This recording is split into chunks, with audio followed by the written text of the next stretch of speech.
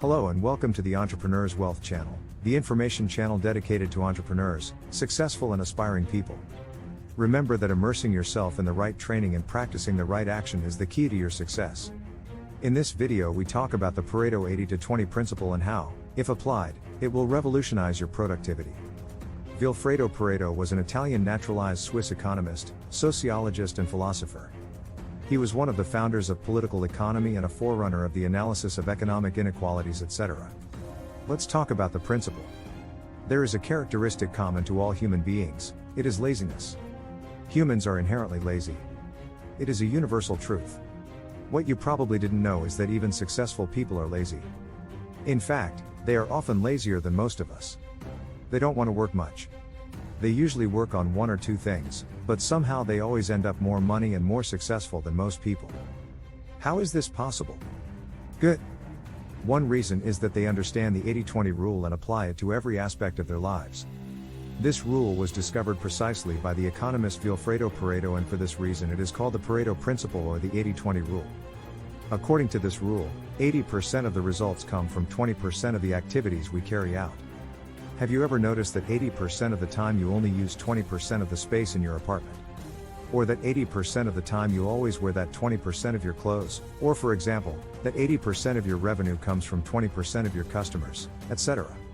Obviously, this ratio could change in different situations. It could be 75-25 or 90-10, but what is always true is that a small percentage always produces the greatest result. We can apply the 80-20 rule to almost any aspect of our lives. For example, if you have a list of 10 tasks to complete today, 2 of these activities will produce greater results than the remaining 8 activities combined. The sad thing is that many procrastinate on just those 2 most valuable tasks and then maybe get busy with the 8 least important tasks that contribute very little or nothing. Take a piece of paper and write down 10 tasks and then ask yourself this question. If you could only do one of the listed activities today, which activity would have the greatest positive impact? Similarly, choose the second most important activity. After completing this exercise, I would have determined the top 20% that will drive 80% of your results. You can do the same exercise with your goals too. Let's take other examples. Apply the 80-20 rule to business. If you are starting a new business or launching a new product, there are only a few very important activities, such as the study of demand, supply and sales. But you know what? Unfortunately, most people spend days trying to come up with a business name and logo design. They spend weeks looking for a space to use as an office. They spend months thinking about packaging designs that the customer doesn't give a damn about or probably won't even see.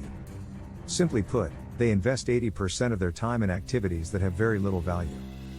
Let me give you another example.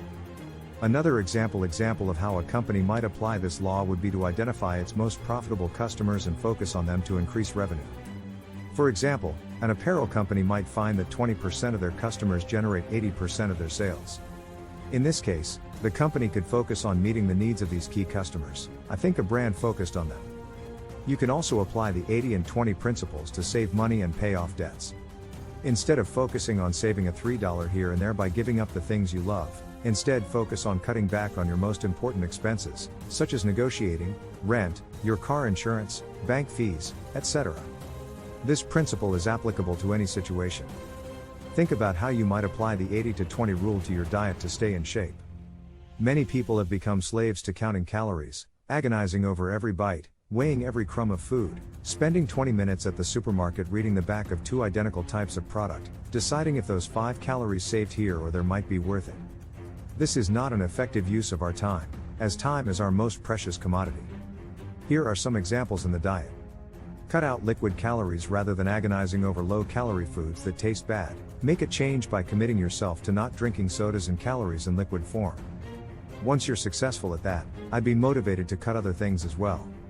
Make it a point to eat at least 1 portion of vegetables for every meal. Do intense exercises that involve large muscle groups such as the legs.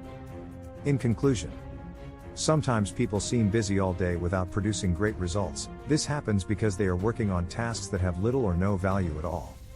The most valuable tasks you can accomplish each day are often the most difficult and complex, but the payoff and rewards for completing them can be enormous.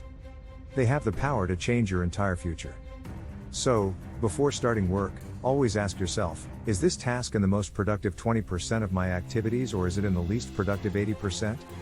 Try to always resist the urge to get the little things done first to make it the biggest killer of productivity. You get so caught up in the little things that those little things end up multiplying. You will accomplish nothing if you choose to start your day working on low-value tasks.